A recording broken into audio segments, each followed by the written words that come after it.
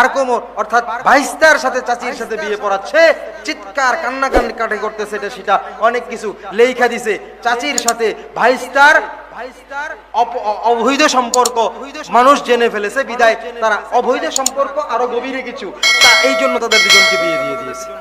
নাউজুবিল্লাহ বলে। কেমন?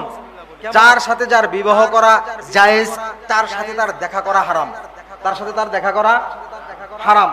শরীয়তের বিধান, কোরআন বলে দিয়েছে যার সাথে যার বিবাহ সম্পর্ক বৈধ, ওই লোকটার সাথে পর্দা করা ফরজ, তার সাথে তার সরাসরি দেখা করা কি নাই, জায়েজ নাই। এখন সেইটা যদি হয় এমন, আমি আমাকে নিয়ে বলছি, আমাকে আমাকে নিয়ে প্রায় সময় আমি কথা বলে থাকি। আমার ভাইস্তার আপনি দেখছেন না, আপনারা নামাজ পড়াইছিল, বয়স কত? 12। কত? 12। এই ছেলে এই পর্যন্ত, এই যে আমি আমার যে পর্দা করেছি, যে বেড়া দিয়েছি, এই বেড়ার আওতার ভিতরে, পর্দার ভিতরে, গেটের ভিতরে আসে না একবারের জন্য। রাত যদি 2টা বাজে, চিৎকার চেঁচামেচিও হয়, তুফান সিরাবালা লাগাইতেছে, সে এই গেটের ভিতরে আসে না।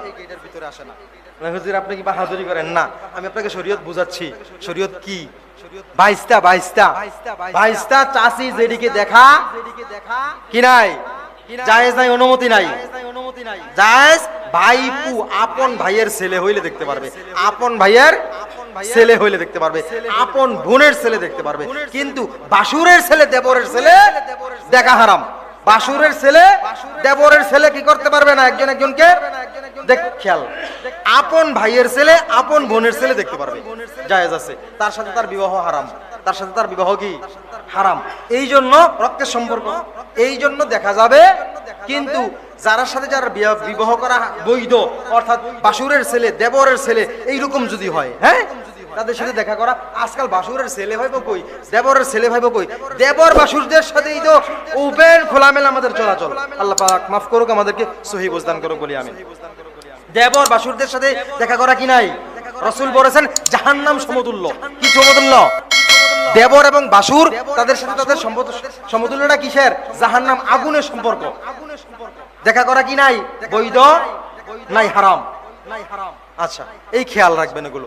তো আমি বলতেছিলাম, হাবিলের সাথে বিবাহ হবে কাবিলের সাথে, যেই বোন এসেছে, আল্লাহ তাআলার বিধান, আল্লাহ তাআলার বিধান। তো তিনি বললেন আমি মানতে পারি না, আমি মানবো না, মানলেন না। তখন তিনি বাবা আদম ও সফিউল্লাহর কাছে নালিশ করলেন, দরখাস্ত করলেন, অ্যাপ্লিকেশন করলেন, বিচার দাখিল করলেন। ও বাবা আদম, আপনার কাছে আমার দরখাস্ত, আপনি দেখবেন যারা একটু তেরা টাইপের, চোর টাইপের, বাটপাট টাইপের, তারা অনেক সময় আগে সবার আগে যাইয়া বিচার নালিশ করে বসে থাকে, আছে নে?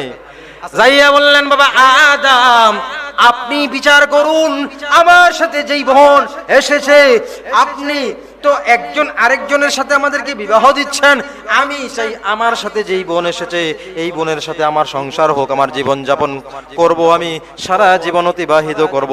যেহেতু আল্লাহ নির্ধারণ করে আমাদের দুজনকে একসাথে দুনিয়ায় পাঠিয়েছে, সেই জন্য আমরা দুজন একসাথে জীবন যাপন করব।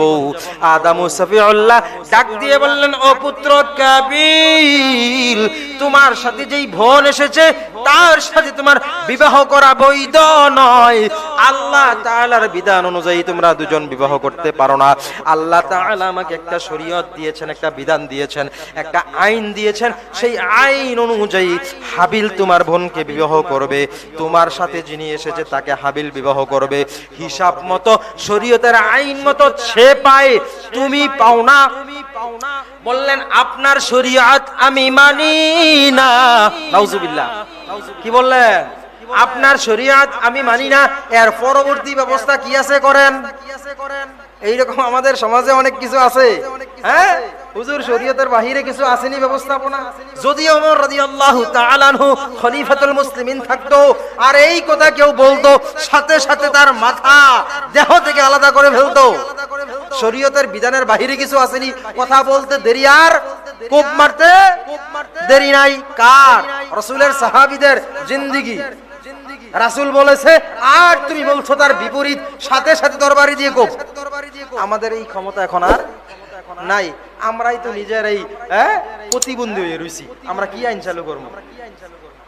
আল্লাহ তাআলা আমাদেরকে হেফাজত করুক, ঈমানকে হেফাজত করুক। হ্যাঁ, ইসলাম রাষ্ট্র যদি থাকতো, ইসলাম যদি প্রতিষ্ঠা থাকতো, ইসলামী আইন যদি জারি থাকতো, সেটাই হইতো। শরীয়ত যা বলছে তার বিরুদ্ধে কি আছে, তার বিরুদ্ধে তার বিপরীত ব্যবস্থা আবার কি জন্য? শরীয়ত কি যথেষ্ট নয়? শরীয়ত যথেষ্ট নয়? আল্লাহ তাআলা বলে দিয়েছেন, আমি তোমাদেরকে কি করলাম, সমস্ত শরীয়ত অর্থাৎ তোমাদের যা জীবন ব্যবস্থা সবকিছু কোরআন দিয়ে আল্লাহ তাআলা বলে দিয়েছেন যে তোমাদের সবকিছু এর মধ্যে কি করে দিলাম, সমাপ্ত করে দিলাম। এর বাহিরে কোনো জীবন ব্যবস্থার প্রয়োজন নাই। আল্লাহ তাআলা পছন্দ করে দিয়েছেন এটার মধ্যে জীবন ব্যবস্থা, আর আপনি বলছেন এর বাহিরে কিছু। কাবিল